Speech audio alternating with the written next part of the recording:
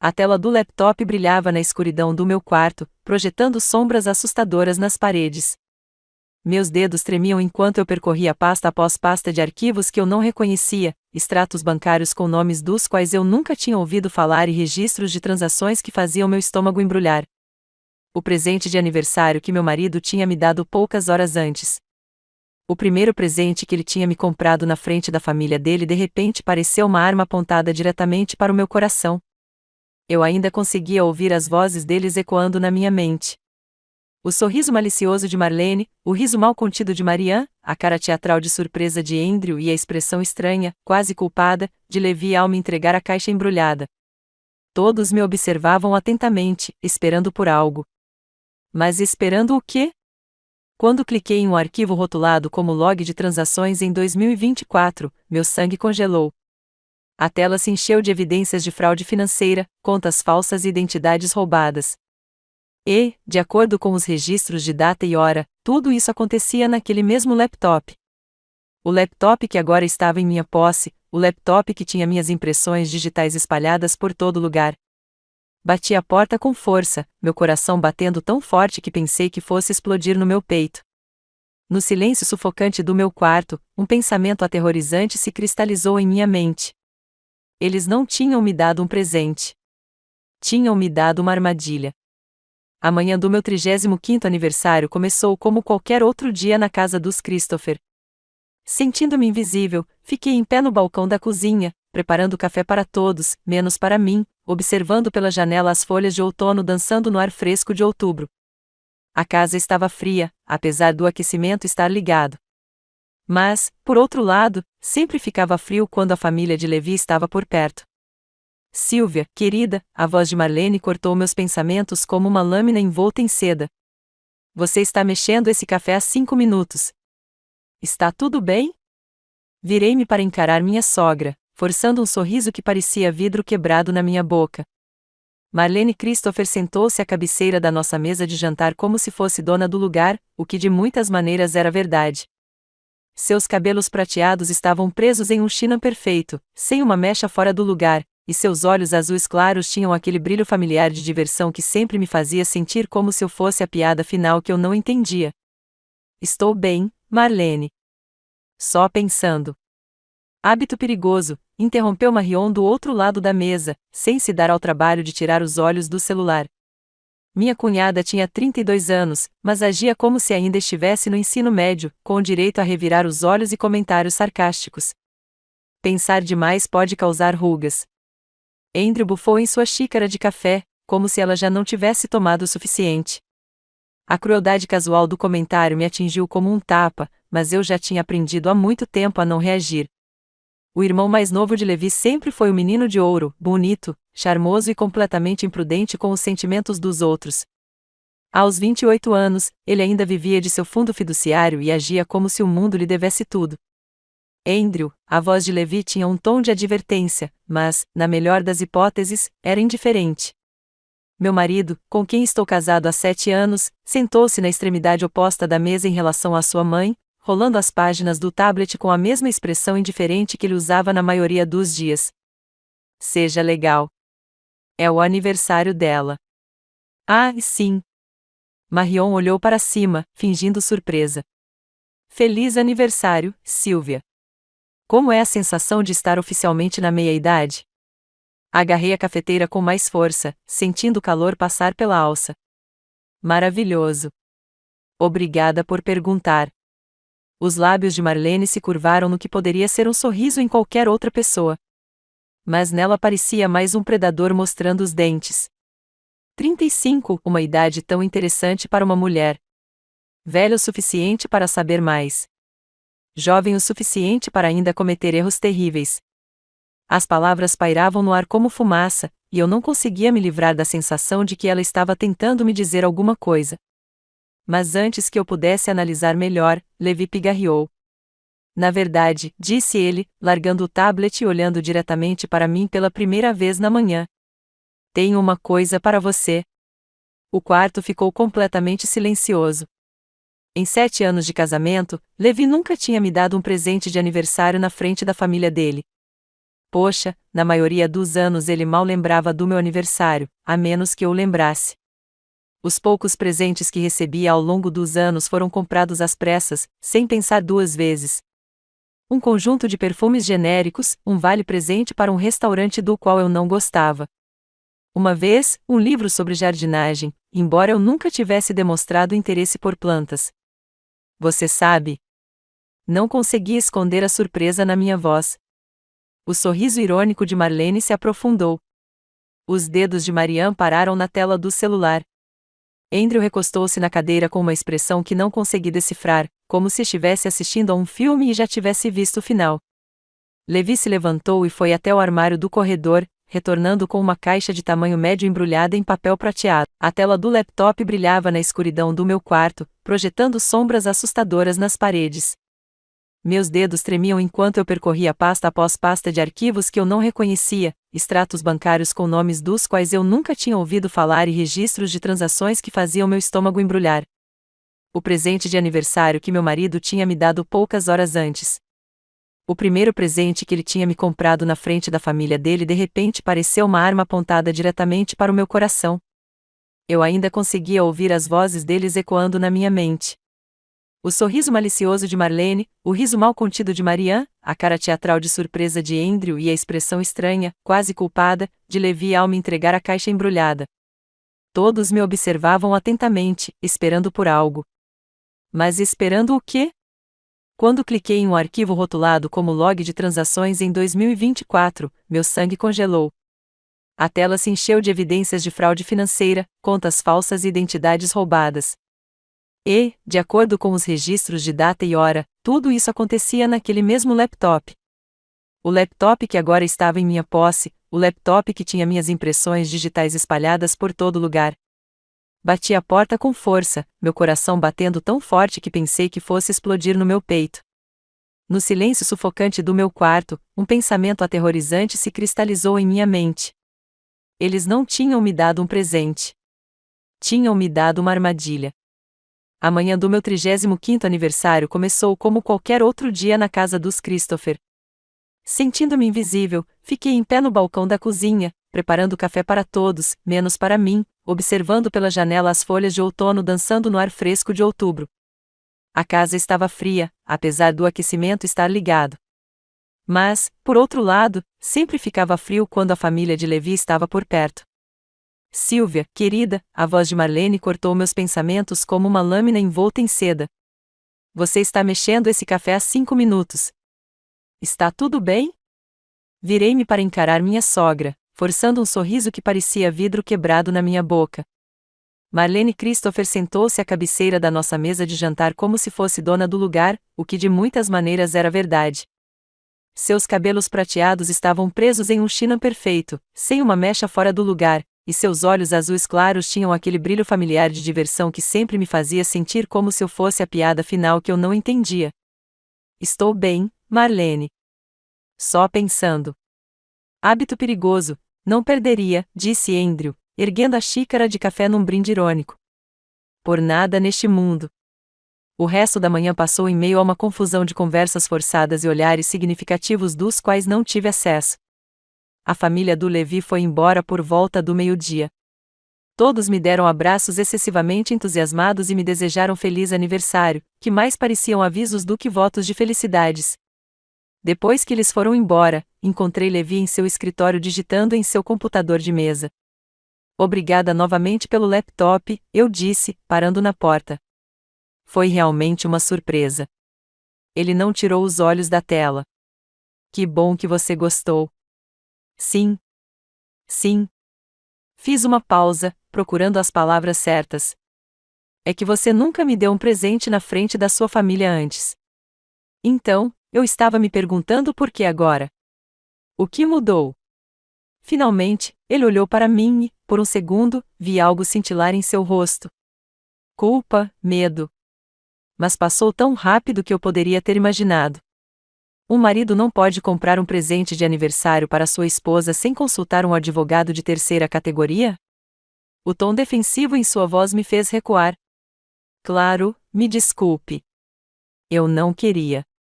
Tudo bem, ele me interrompeu, já voltando para o computador. Apenas aproveite o laptop, ok? Acho que você vai achar muito educativo. Naquela noite, depois que Levi foi dormir, sentei-me no nosso quarto com o laptop no colo. Finalmente, pronta para explorar meu dom de verdade. A casa estava silenciosa, exceto pelo rangido ocasional de madeira se acomodando e pelo zumbido distante da geladeira no andar de baixo. Levantei a tampa e apertei o botão liga-desliga, observando a tela ganhar vida com um suave brilho azul. O processo de inicialização pareceu normal, embora eu tenha notado que demorou mais do que o esperado para uma máquina mais nova. Quando a área de trabalho finalmente apareceu, fui recebido com um papel de parede genérico e algumas pastas espalhadas pela tela. Minha excitação começou a diminuir quando olhei mais de perto para o laptop. Os arranhões nas laterais eram mais profundos do que eu pensava inicialmente, e várias teclas tinham letras quase completamente desgastadas. O trackpad tinha uma pequena rachadura no canto e, quando passei o dedo pela borda da tela, pude sentir que o revestimento plástico estava ligeiramente deformado. Não era um laptop reformado. Era o computador velho e muito usado de alguém. Tentei conter a decepção que me subiu à garganta. E daí se não fosse novidade? Levi ainda tinha pensado em mim, ainda tinha se esforçado. Isso tinha que contar alguma coisa, certo? Cliquei em uma das pastas na área de trabalho chamada Documentos. Lá dentro, havia dezenas de arquivos com nomes que eu não reconheci, planilhas com títulos enigmáticos como transferências de contas que 13 banco de dados de clientes desatualizado. Abri uma aleatoriamente e me vi olhando para o que pareciam registros financeiros, mas não para nenhuma conta que eu reconhecesse. Franzindo a testa, fechei o arquivo e tentei outra pasta. Este estava rotulado como fotos e continha centenas de imagens, capturas de tela de sites de bancos, fotos de carteiras de identidade e o que pareciam ser documentos digitalizados. Nada disso fazia sentido para mim. Uma sensação de frio começou a me invadir o estômago. De quem era aquele laptop? E por que o Levi me deu com todas essas informações pessoais ainda guardadas? Fechei o laptop com um estalo, com as mãos tremendo levemente. Amanhã eu decidi. Amanhã eu perguntaria ao Levi sobre isso. Tinha que haver uma explicação razoável. Talvez ele tivesse comprado de alguém e não tivesse percebido que ainda havia dados. Talvez tenha sido um simples descuido. Mas enquanto eu estava deitada na cama naquela noite, olhando para o teto enquanto Levi roncava suavemente ao meu lado, não consegui me livrar da sensação de que nada naquele presente era simples. E a maneira como sua família me viu abrir. Os olhares estranhos e as risadas mal contidas. A sensação de que eu estava perdendo algo crucial. Tudo girava em minha mente como peças de um quebra-cabeça que eu tinha medo de resolver. Não dormi bem naquela noite. Toda vez que fechava os olhos, via o sorriso predatório da Marlene e ouvia o brinde de brincadeira do Andrew ecoando nos meus ouvidos. Por nada no mundo. Na manhã seguinte, acordei com dor de cabeça e determinada a obter respostas. Levi já tinha saído para o trabalho quando cheguei lá embaixo, mas isso não era novidade. Ele vinha saindo cada vez mais cedo ultimamente, alegando que tinha reuniões ou prazos importantes a cumprir. Fiz café e sentei-me à mesa da cozinha com o laptop, reservando um tempo para dar outra olhada naqueles arquivos estranhos. À luz do dia, talvez fizessem mais sentido. Talvez eu estivesse exagerando. Liguei o laptop novamente e imediatamente notei algo que não tinha visto na noite anterior. Um pequeno adesivo no canto inferior da tela com um nome escrito em tinta desbotada. Christopher. Christopher. Andrew. Christopher. Fiquei com o sangue gelando. Este era o laptop do Andrew. O laptop do meu cunhado. O mesmo Andrew que fez aquela cara estranha ontem e agiu como se estivesse fazendo alguma piada elaborada. Por que Levi me daria o laptop antigo de Andrews como presente de aniversário? Com dedos trêmulos, abri a pasta de documentos novamente e comecei a examinar os arquivos de forma mais sistemática. O que encontrei me embrulhou o estômago. Extratos bancários de contas das quais eu nunca tinha ouvido falar, registros de transações mostrando grandes somas de dinheiro sendo movimentadas entre diferentes contas e planilhas que pareciam rastrear algum tipo de esquema financeiro. Um arquivo chamou minha atenção, a Identity Database.x. Abri o aplicativo e me deparei com uma planilha contendo dezenas de nomes, endereços, números de previdência social e informações de contas bancárias. Nenhum dos nomes era familiar, mas o nível de detalhes era assustador. Não se tratava apenas de informações aleatórias. Tratava-se de um banco de dados cuidadosamente compilado de dados financeiros pessoais. Rolei a página para baixo, com o coração batendo mais forte a cada linha. Devia haver mais de 100 entradas, cada uma representando uma pessoa real cujas informações privadas haviam sido coletadas e catalogadas. Na parte inferior da planilha, encontrei uma coluna chamada Status com entradas como conta acessada, transferência concluída e fechada. Isso foi fraude, roubo de identidade em grande escala, e tudo aconteceu no laptop que agora estava no meu quarto, com minhas impressões digitais espalhadas por todo lugar. Bati o laptop e corri para o banheiro, mal conseguindo chegar ao vaso antes de vomitar. Minha mente estava acelerada tentando processar o que eu tinha acabado de ver. Andrew estava envolvido em algum tipo de esquema de fraude financeira e, de alguma forma, seu laptop acabou sendo meu presente de aniversário. Mas por quê? Por que me dariam isso? Joguei água fria no rosto e olhei meu reflexo no espelho. Minha pele estava pálida, meus olhos arregalados de medo e confusão. Eu parecia alguém que tinha acabado de descobrir uma bomba na sala de estar, porque era exatamente isso. Uma bomba. Uma bomba relógio que poderia destruir minha vida. Eu precisava falar com o Levi. Eu precisava de respostas e precisava delas agora. Liguei para o escritório dele, mas a secretária me disse que ele estaria em reuniões o dia todo e não poderia ser incomodado. Tentei falar com o celular dele, mas caiu direto na caixa postal. Cada vez mais desesperado, liguei novamente 1 hora depois. Sylvia.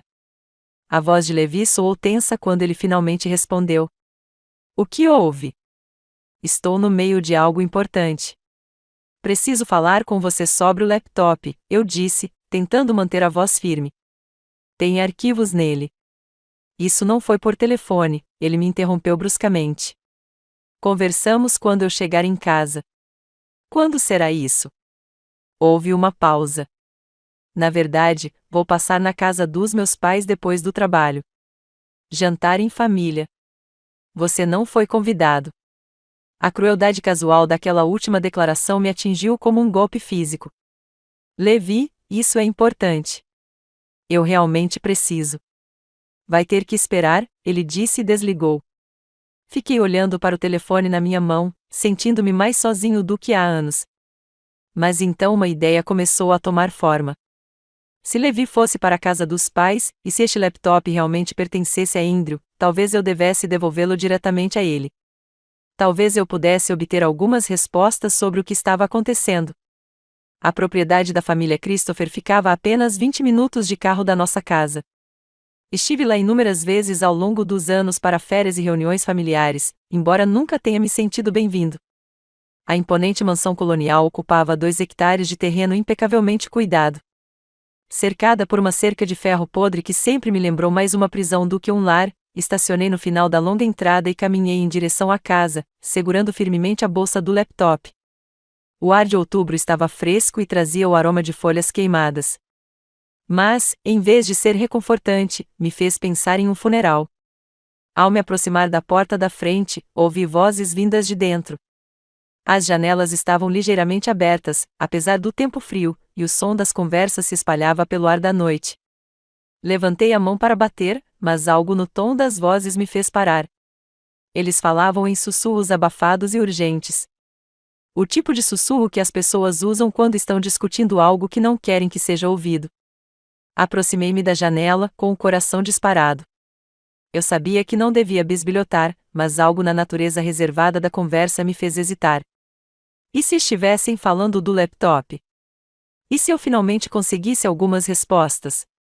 Ela vai achar que é só de segunda mão, dizia a voz de Andrews. Ela é burra demais para notar qualquer outra coisa. Meu sangue congelou. Estavam falando de mim? Procurei meu telefone com dificuldade, minhas mãos tremendo enquanto abria o aplicativo do gravador de voz. Não importa o que eles estivessem discutindo, eu tinha a sensação de que precisaria de provas. Se você não tivesse decidido dar um golpe nas pessoas desde o começo, a voz fria de Marlene cortou o ar. nós nem estaríamos aqui. Mas já que decidiu, o mínimo que poderia ter feito era esconder seus rastros direito. Esquecer de usar a VPN foi incrivelmente estúpido. Foi uma vez, mãe.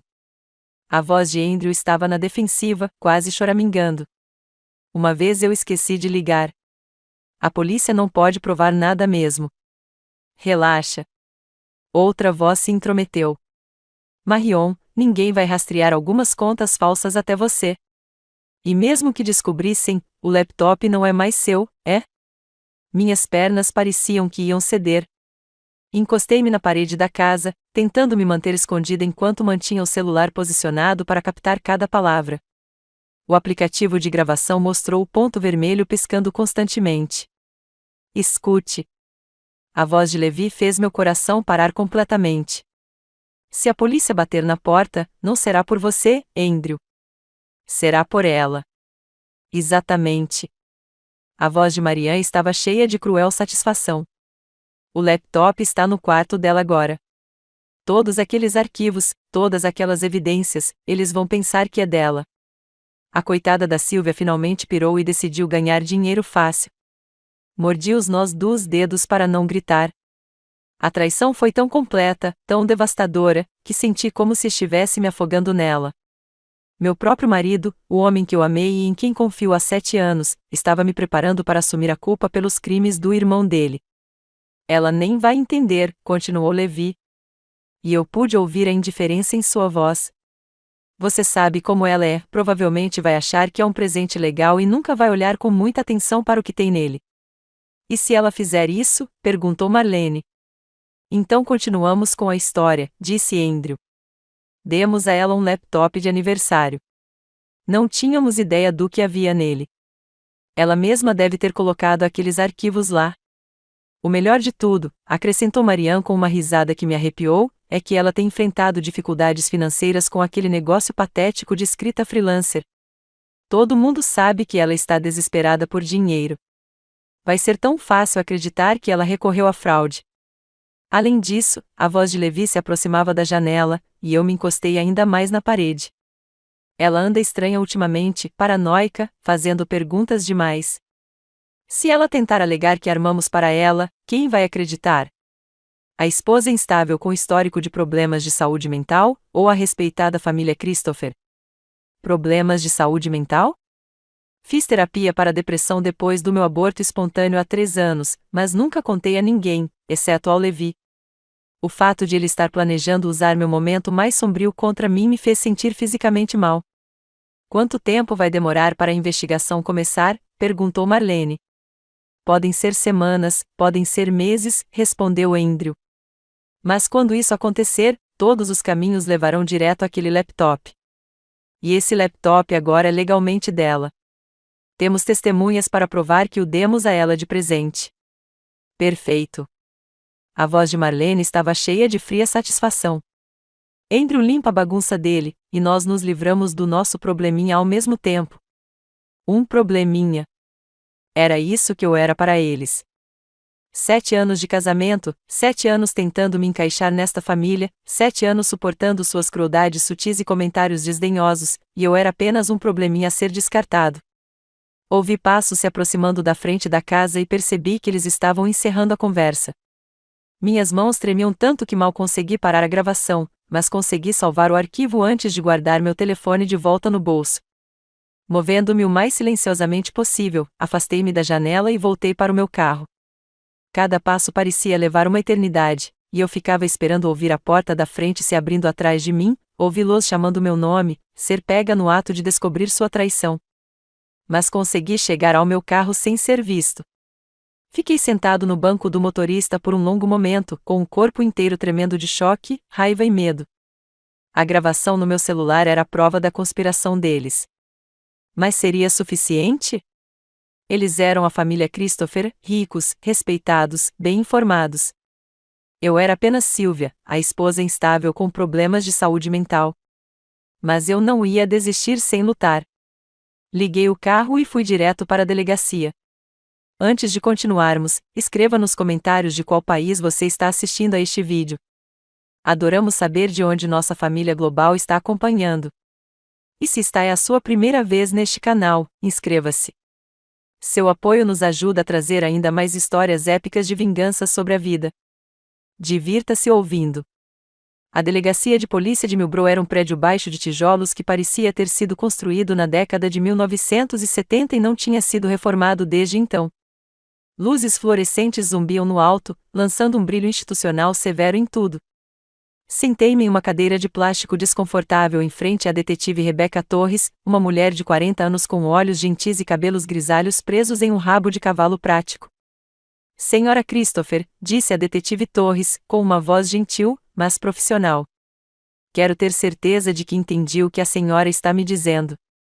A senhora acredita que seu marido e a família dele estão tentando incriminá-la por fraude financeira. Assenti, com as mãos firmemente entrelaçadas no colo para evitar que tremessem. Tenho provas. Gravei os dois falando sobre isso. Peguei meu telefone e toquei a gravação que fiz do lado de fora da casa de Christopher. O detetive Torres ouviu atentamente, ocasionalmente fazendo anotações em um bloco de notas amarelo.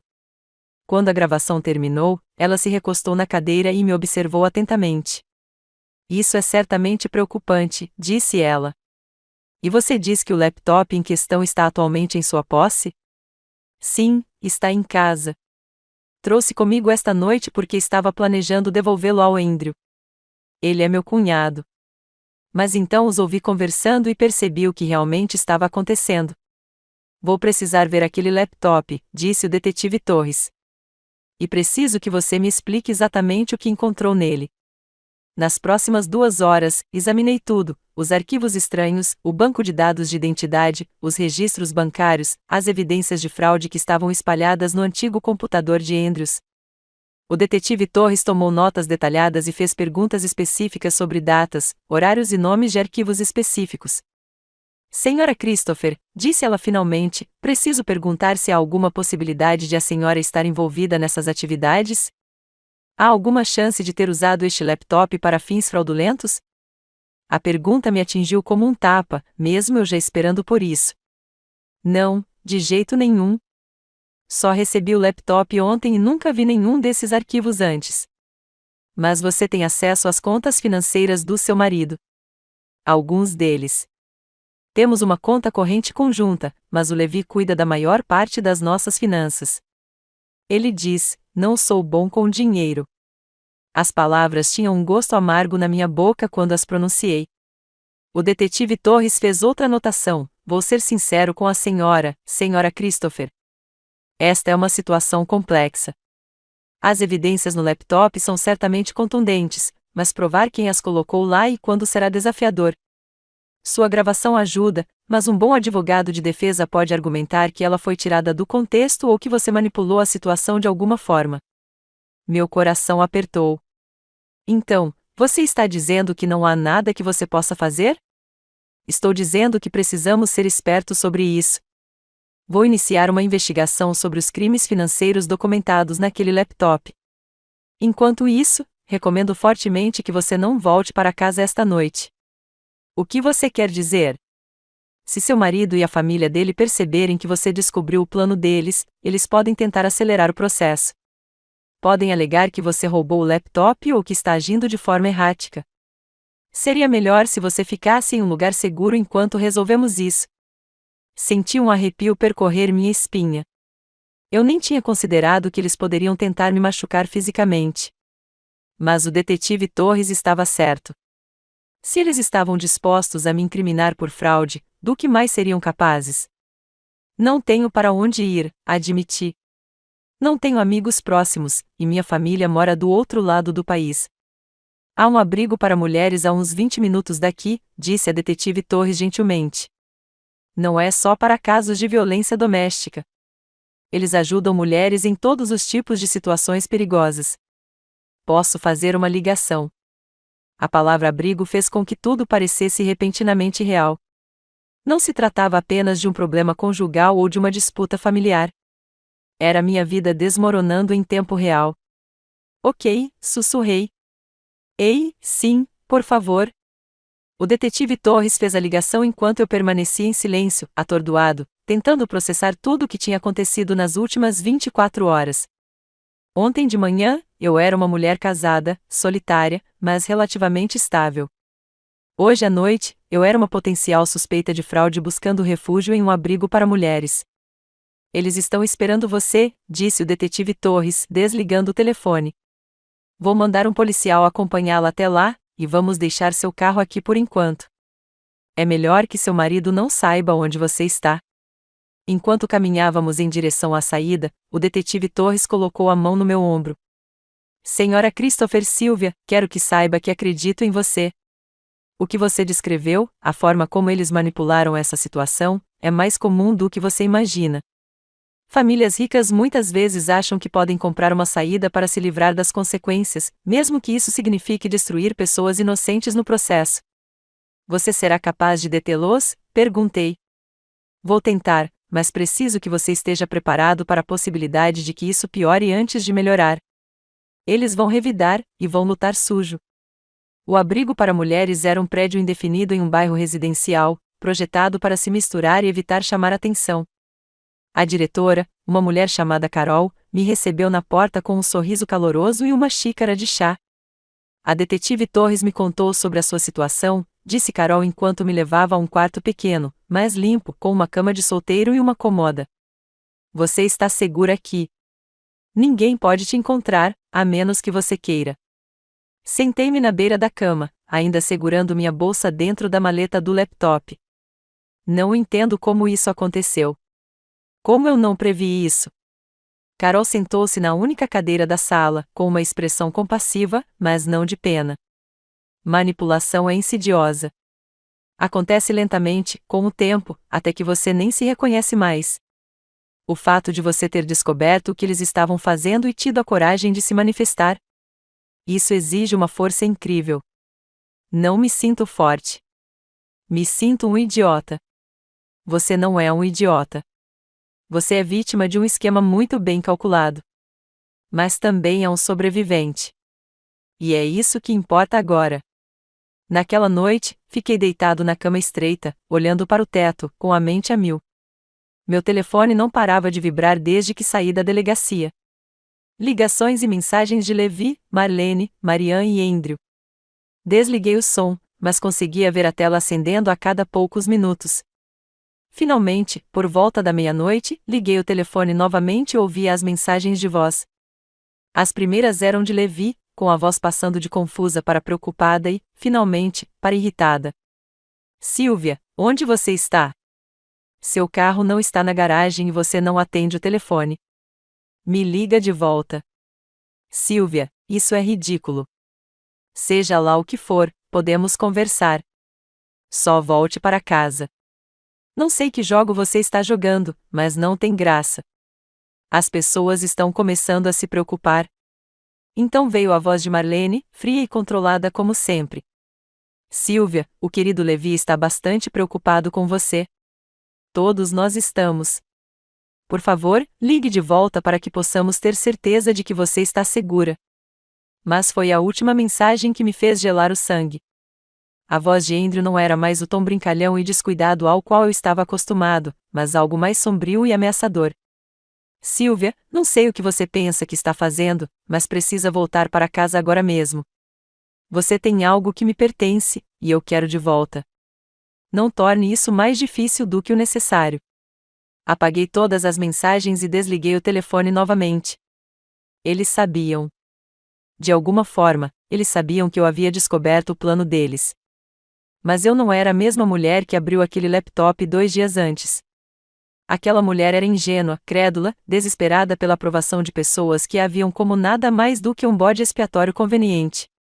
Essa mulher já estava cansada de ser vítima deles. Na manhã seguinte, vieram notícias que mudaram tudo. O detetive Torres ligou para o abrigo às 8 horas com uma atualização que fez minhas mãos tremerem enquanto eu segurava o telefone. Executamos um mandado de busca na sua casa esta manhã, disse ela.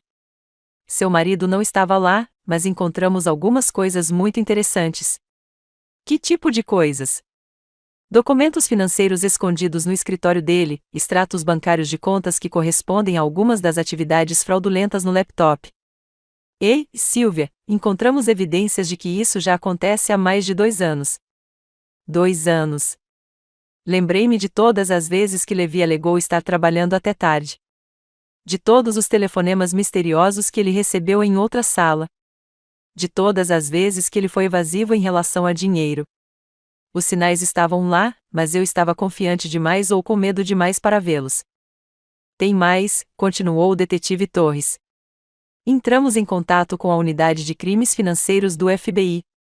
O escopo desta fraude é muito maior do que pensávamos inicialmente.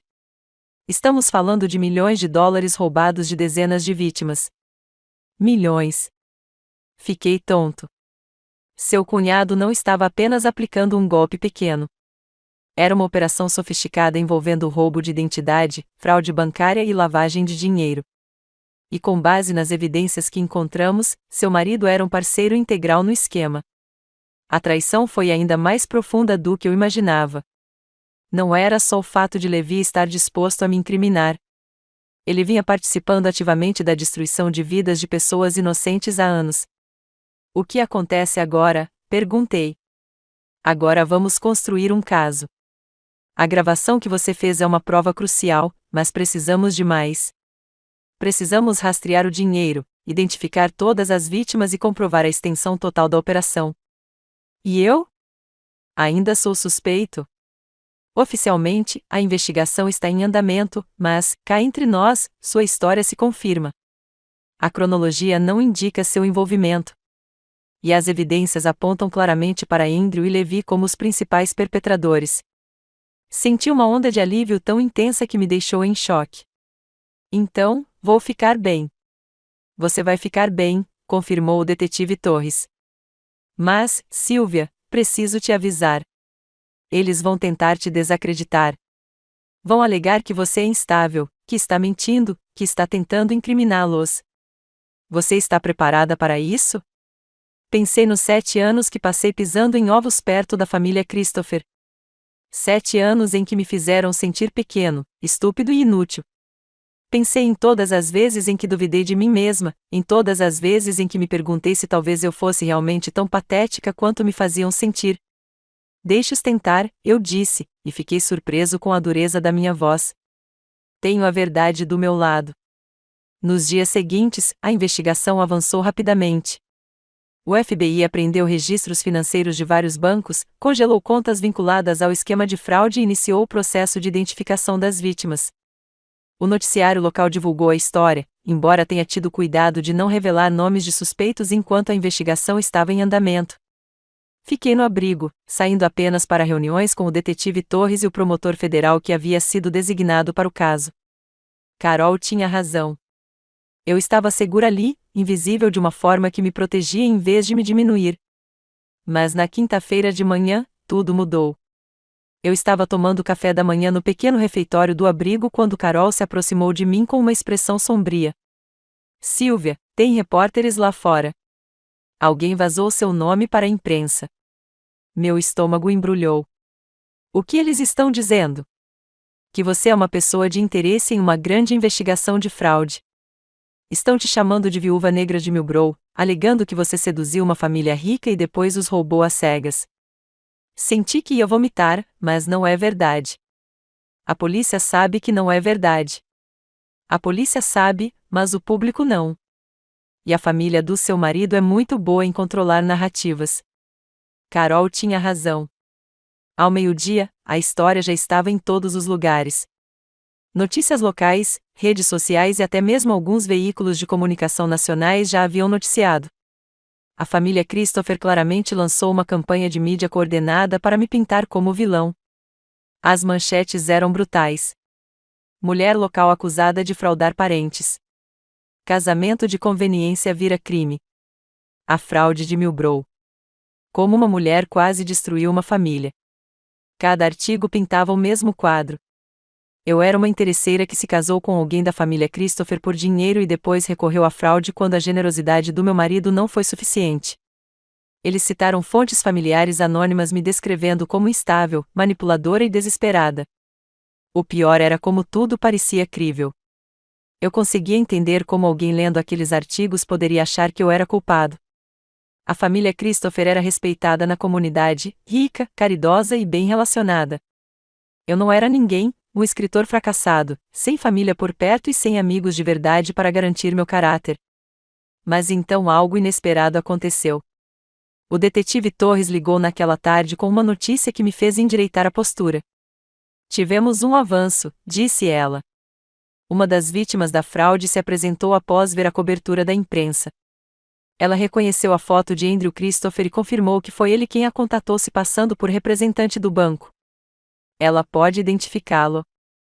Ela consegue identificá-lo e mantém registros de todas as comunicações, ligações, e-mails e até mesmo de uma mensagem de voz em que ele se esqueceu de disfarçar a voz. É exatamente a prova que precisávamos para provar que ele estava diretamente envolvido no golpe. Meu coração saltou de esperança. Então, isso prova que sou inocente. Isso prova que Andrew estava fraudando pessoas ativamente, o que corrobora a sua versão dos fatos. Mas há mais. Também rastreamos parte do dinheiro roubado para uma conta em nome do seu marido, uma conta a qual você nunca teve acesso. Fechei os olhos, sentindo uma mistura de vingança e desgosto. Cada nova evidência provava o que eu já sabia, que o homem que eu amava e em quem confiava vivia uma vida dupla, roubando de pessoas inocentes enquanto eu dormia ao lado dele todas as noites. Quando vocês vão prendê-los? Perguntei. Em breve. Estamos coordenando com o FBI para garantir o envolvimento de todos. Mas, Sylvia, preciso te preparar para uma coisa. Quando fizermos prisões, a atenção da mídia vai se intensificar. A família Christopher vai lutar contra essas acusações com todas as suas forças. E isso significa que eles vão tentar destruir sua credibilidade de forma ainda mais agressiva. Eu entendo. Você quer? Porque a coisa vai ficar feia.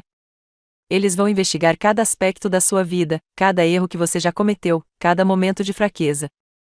Vão tentar fazer você parecer um mentiroso e um criminoso. Pensei nas sessões de terapia depois do meu aborto espontâneo, na depressão que quase me engoliu por completo, nas dificuldades financeiras que me fizeram sentir um fracasso. Tudo isso seria trazido à tona e distorcido para servir à narrativa deles. Deixe-os, eu disse baixinho. Não sou a mesma pessoa de uma semana atrás.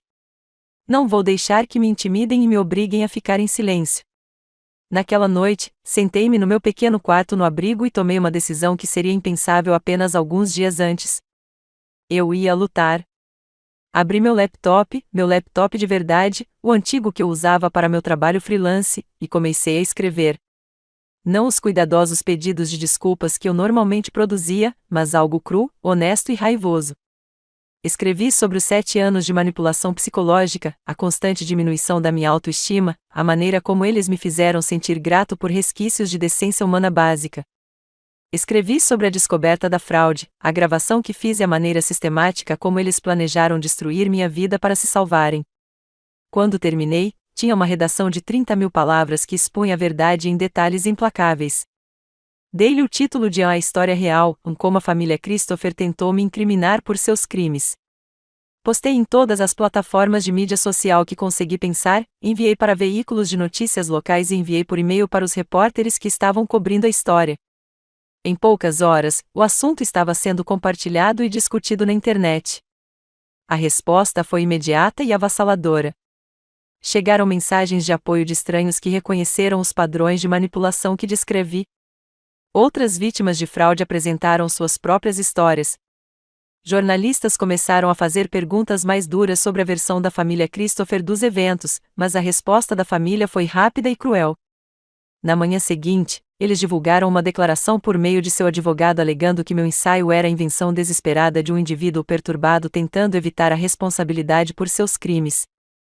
Eles produziram registros médicos das minhas sessões de terapia, obtidos de forma ilegal, e usaram meu diagnóstico de depressão para me retratar como mentalmente estável. Eles também entraram com um processo de difamação contra mim, pedindo milhões em danos pelo que alegaram serem declarações falsas e maliciosas que prejudicaram sua reputação. Eu estava sentado na sala comum do abrigo, lendo sobre o processo no meu celular, quando Carol se sentou ao meu lado. "Como você está?", perguntou ela. "Sinto como se estivesse me afogando", admiti. "Eles têm tanto dinheiro, tanto poder. Como vou lutar contra eles?" "Da mesma forma que você tem lutado contra eles", disse Carol com firmeza. "Com a verdade." Dinheiro e poder são armas formidáveis, mas não são invencíveis. E você não está mais sozinha nessa luta. Ele estava certo. O ensaio fez mais do que apenas contar a minha versão da história. Ele me conectou a uma comunidade de pessoas que entendiam o que eu estava passando. Sobreviventes de violência doméstica, vítimas de fraude, pessoas que foram vítimas de famílias poderosas. Elas compartilharam suas próprias histórias, ofereceram apoio e ajudaram a amplificar minha voz. Mais importante, o ensaio chamou a atenção de Ana Driel, uma jornalista investigativa especializada em expor corrupção entre famílias ricas.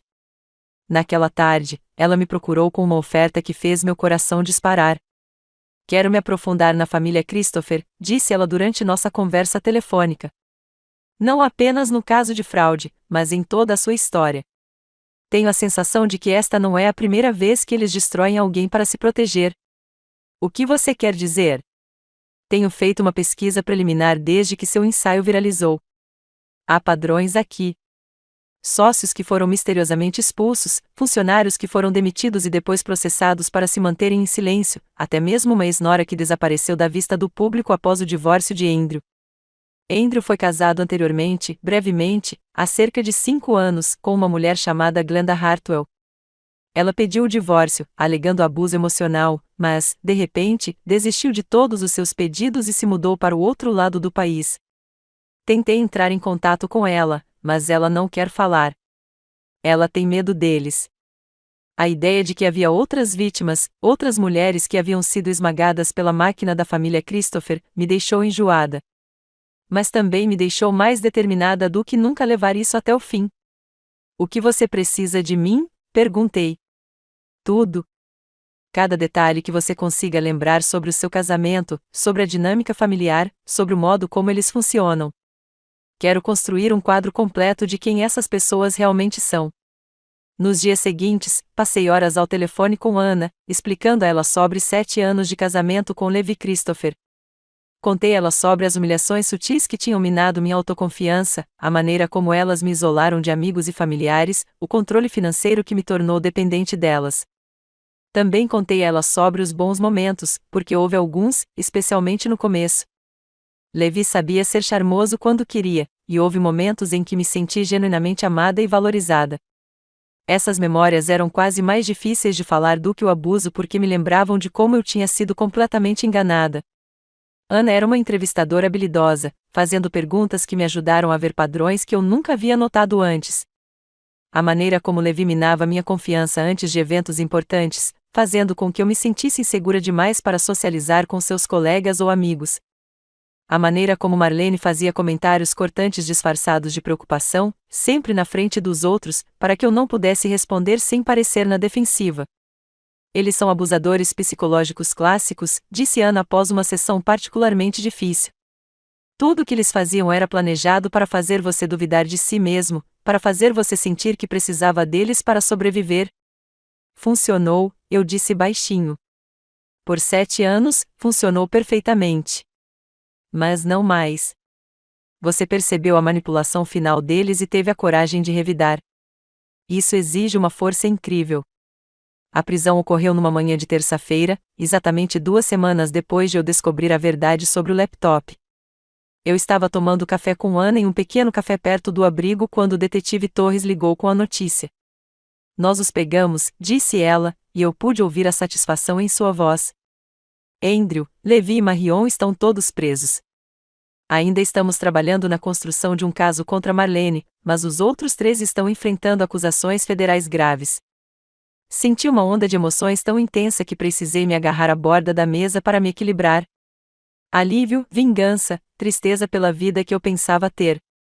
Tudo me desabou de uma vez. Quais são as acusações? Consegui perguntar. Fraude eletrônica, roubo de identidade, lavagem de dinheiro, conspiração, tudo. O FBI estima que eles roubaram mais de 4 milhões de dólares de mais de 60 vítimas nos últimos 3 anos. 4 milhões de dólares. 60 vítimas. A escala dos crimes deles era impressionante e as acusações contra mim foram oficialmente retiradas esta manhã. O promotor está convencido de que você não tinha conhecimento nem envolvimento no esquema de fraude. Comecei a chorar ali mesmo no café. Ana estendeu o braço sobre a mesa e apertou a minha mão enquanto eu soluçava de alívio, exaustão e avassaladora percepção de que finalmente tinha acabado. Mas é claro que não tinha acabado de verdade. Era apenas o começo de uma nova fase. As prisões viraram notícia nacional. A história tinha tudo que a mídia adorava: família rica, fraude em massa, traição e uma mulher que lutou contra adversidades impossíveis. Eu me vi no centro de uma tempestade midiática que era ao mesmo tempo aterrorizante e fortalecedora. A imagem pública cuidadosamente construída da família Christopher desmoronou quase da noite para o dia. A investigação de Ana revelou um padrão de abuso e manipulação que remontava a décadas. Ela encontrou a nora anterior, Glenda, que finalmente concordou em falar publicamente sobre seu casamento com Andrew e a maneira como a família a aterrorizou para que ela ficasse em silêncio. Ela também encontrou ex-parceiros de negócios que foram enganados, funcionários que foram assediados sexualmente e depois demitidos quando reclamaram, e organizações de caridade que foram fraudadas pelas falsas atividades filantrópicas da família. A imagem que emergiu foi a de uma família que via os outros como objetos a serem usados e descartados. Uma família que acreditava que sua riqueza e status os colocavam acima da lei e da decência humana básica. Mas mesmo com a ruína de seu império, eles continuaram a lutar sujo. Seus advogados entraram com uma ação após a outra tentando fazer com que as acusações fossem rejeitadas, alegando má conduta do Ministério Público e buscas ilegais.